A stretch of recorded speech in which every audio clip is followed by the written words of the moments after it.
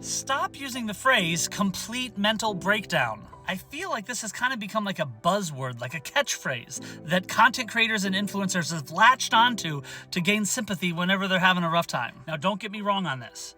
If you are indeed going through a complete mental breakdown, please, please, please tell people that are close to you, please get professional help and don't try and get advice from people on social media. Now, you can let me know in the comments if I'm wrong, but most of the videos that I see of creators saying that they've had a complete mental breakdown clearly have not.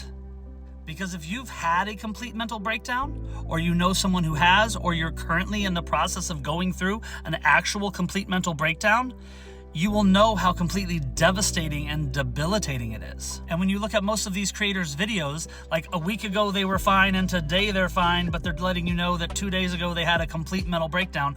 I'm sorry, if your complete mental breakdown lasted 24 hours, it was not a complete mental breakdown. It was a bad day. Now, I do have sympathy and empathy for people. I mean, I don't want anyone to ever have a bad day. If it was up to me, I would want everyone in the world for all of their days to be full of rainbows and sunshine and butterflies and kisses and puppy dogs and just love and happiness all the time. I don't want anyone to ever have a bad day. But let's be clear on this. Having a bad day or a bad week or a rough month is not the same as having a complete mental breakdown.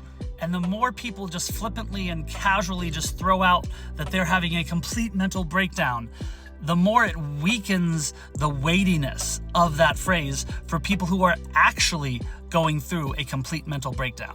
The people who are actually going through a complete mental breakdown are not going to be making videos about it.